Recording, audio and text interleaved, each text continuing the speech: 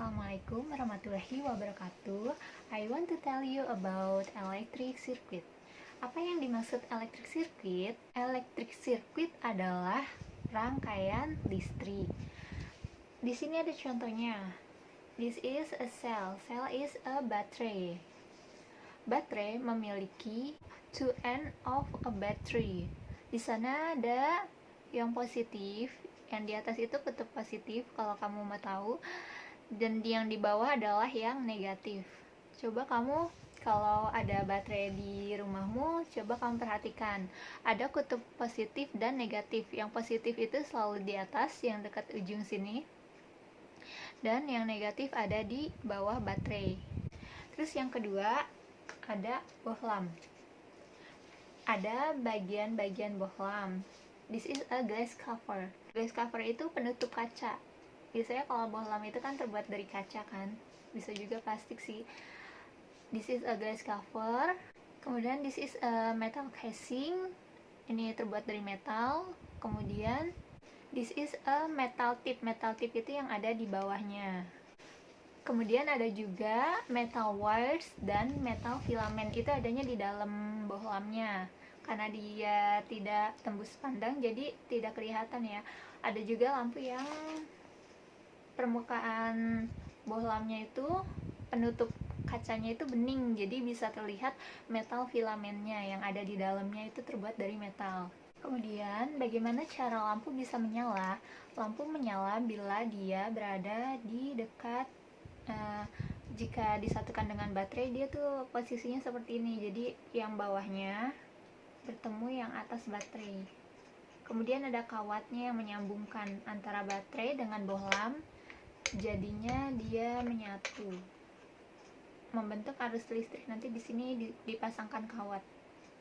Bulb light up because electric current flow it. Jadi lampunya itu akan menyala ketika ada arus listrik yang mengalirinya. Arus listrik itu adanya di dalam baterai. Jadi dari baterai dia mengalir ke atas lampu, kemudian dia berputar, itu membentuk arus listrik. Kemudian ada closed circuit and open circuit. Kalau closed circuit itu dia menyambung, tidak ada yang terputus ya, semuanya bersambung, saling berkaitan seperti sebuah lingkaran. Kemudian kalau yang open circuit, dia ada yang putus atau ada celah di antara lampu dengan baterai, dia ada celahnya.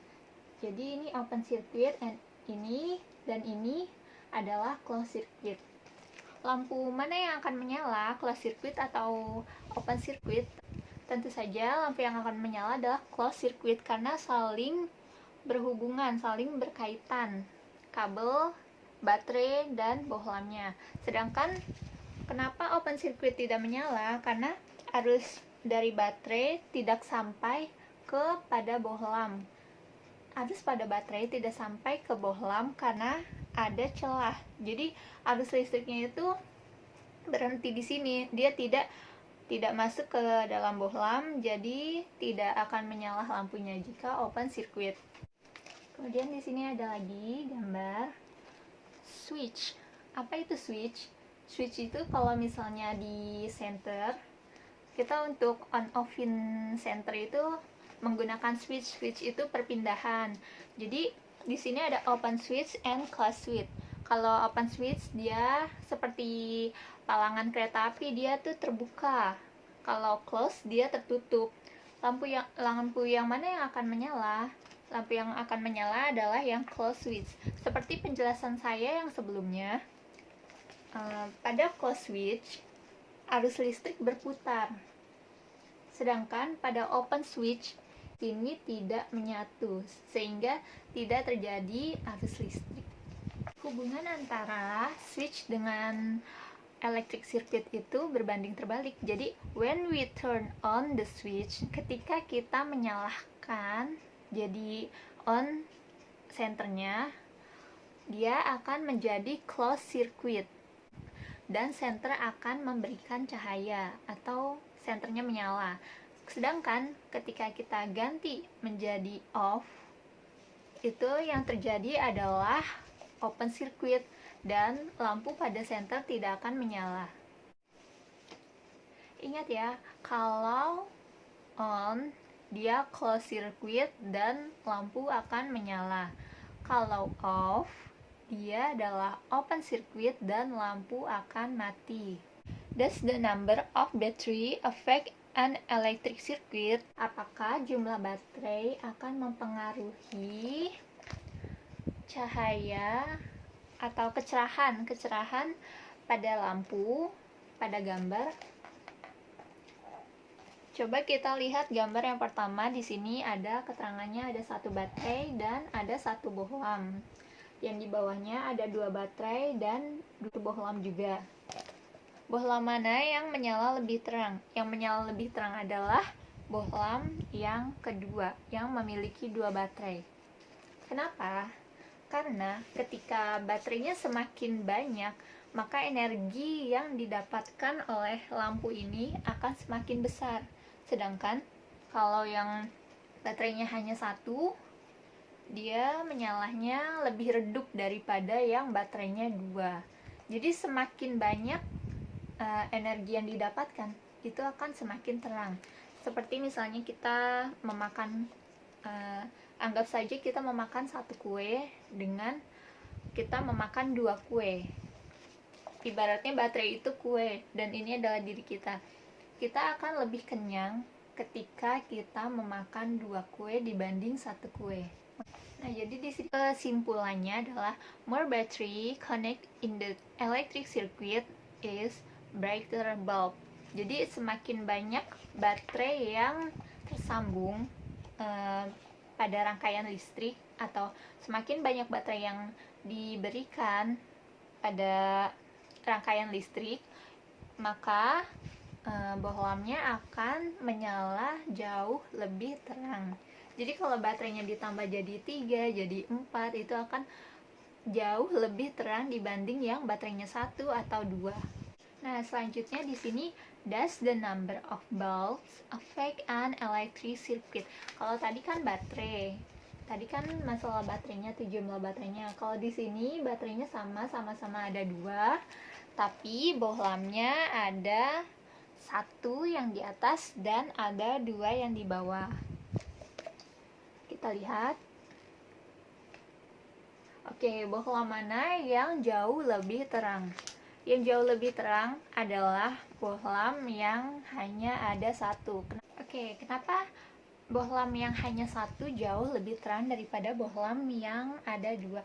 Kalau tadi kan kita ibaratkan kita makan kue 2 dengan makan kue 1 itu jauh lebih kenyang yang kue 2 karena baterainya itu kue. Nah, sekarang kita gantian. Kalau kita punya 2 kue dan yang makan 1 orang, kita akan merasa sangat kenyang. Dan ketika kita memiliki 2 kue dan membaginya kepada 2 orang, tandanya kan masing-masing mendapat 1. Jadi energinya itu terbagi, kuenya itu terbagi. Akan lebih kenyang ketika kita makan 2 kue dibandingkan 1 kue. Jadi ketika 2 baterai mengisi energi ke 1 bohlam dengan 2 baterai mengisi ke 2 bohlam, energinya kan terbagi. Akan lebih terang ketika 2 baterai mengisi 1 bohlam. Bisa dilihat gambarnya. Oke, jadi kesimpulannya, semakin banyak bohlam, maka cahaya pada bohlam akan semakin redup.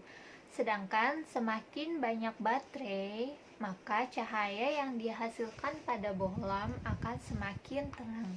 Oke, selanjutnya, can we connect buzzer and sample motor in an electric circuit? Bisa tidak? Kita menyambungkan buzzer dan simple motor itu pada rangkaian listrik. Nah, kita lihat di sini ada percobaannya. Ini buzzer dan ini simple motor. Nah, di sini here is a simple electric circuit with a buzzer. Try setting up the circuit. Nah, kita coba di sini. Di sini ada buzzer. Di Di sini ada baterai, kemudian ada black wire and red wire. Jadi kawat yang warnanya hitam dan warnanya merah. Ini rangkaiannya ya. A buzzer sounds when electric current flow through it in a closed circuit. Jadi karena mereka saling berhubungan nih, tidak putus ya, maksudnya tidak ada celah di antara mereka, maka rangkaian ini disebut dengan closed circuit. Now try setting up an electric circuit with a buzzer and a switch as shown. Use the switch to turn the buzzer on and off. Nah, di sini ada switchnya. Kalau tadi kan nggak ada switchnya, di sini ada switchnya. Jadi dia bisa dibuka tutup yang tadi saya bilang seperti palangan kereta api ya. Bisa dinaikin, bisa diturunin. Ketika diturunin adalah closed circuit dan ketika dinaikin adalah open circuit.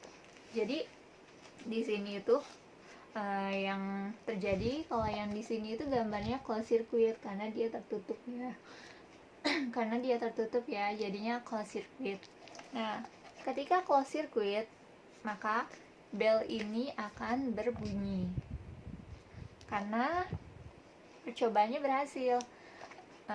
Pada rangkaian tertutup ada baterai, ada kawat hitam dan kawat merah, dan ada buzzer. Dia jadinya menghasilkan electric circuit. What does a simple motor do? Apakah simple motor juga bisa gitu, katanya gitu.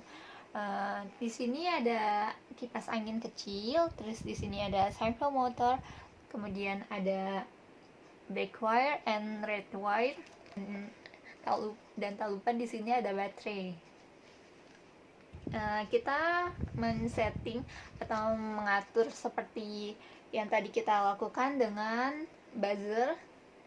Berarti ini simple motor, jadinya seperti ini rangkaiannya, dan ternyata kipas anginnya bergerak. Jadi the axle of a simple motor turn when electric current flow through in a closed circuit. Jadi dia akan menyala ketika rangkaiannya itu closed circuit. Jadi, rangkaiannya itu tertutup. Nah, di sini ada a simple motor can turn blades such as does in a toy helicopter. Jadi simple motor itu biasa digunakan di mainan. Ada mainan helikopter, kemudian di sini ada mainan mobil. Kalau tadi buzzer untuk bell biasanya ya. Oke, materi selanjutnya adalah in what ways can we use electricity safely. Gambarnya bagaimana caranya kita menggunakan listrik dengan aman. These signs warn us against electric shock. Di sini ada tanda sengatan listrik. Kita harus berhati-hati terhadap listrik. Kita tidak boleh sembarangan memakai listrik. Kenapa? Karena kalau kita salah-salah tidak mengikuti panduan untuk memanfaatkan listrik, maka kita bisa kecelakaan seperti tersengat listrik, itu seperti kesetrum ya. Here are some safety precautions you should take when using electricity. Ini ada beberapa gambar, beberapa contoh gambar yang tidak boleh kita lakukan saat kita dekat-dekat dengan yang namanya rangkaian listrik. Yang pertama, don't touch electrical wire. Kita tidak boleh menyentuh sesuatu yang berbau listrik ketika tangan kita basah. Ini tangannya gambarnya masih basah, dia masih ada airnya. Kita tidak boleh menyentuh rangkaian listrik, entah itu stop kontak atau kabel seperti ini, kabel casan atau stop kontak, itu jangan kita sentuh ketika tangan kita basah. Yang kedua adalah don't poke your finger or anything other than an electric plug into an electric socket. Kita juga tidak boleh memasukkan ke dalam lubang listrik ini, nggak boleh asal dimasukin aja jarinya, karena di sini mengandung sengatan listrik. Yang ketiga, don't use electrical device which are damaged or have exposed wire. Nah, ini kabelnya terbakar, jangan kita gunakan lagi ketika kabel ini kabel pelindungnya aja sudah terbuka, dan ini yang di dalam itu kabelnya sudah terbakar. Kita jangan menggunakannya kembali, lebih baik kita membeli yang baru daripada nanti akan terjadi kebakaran atau misalnya kesetrum juga, itu berbahaya ya untuk kita. Nah, yang terakhir adalah don't plug too many electrical device into an electrical socket.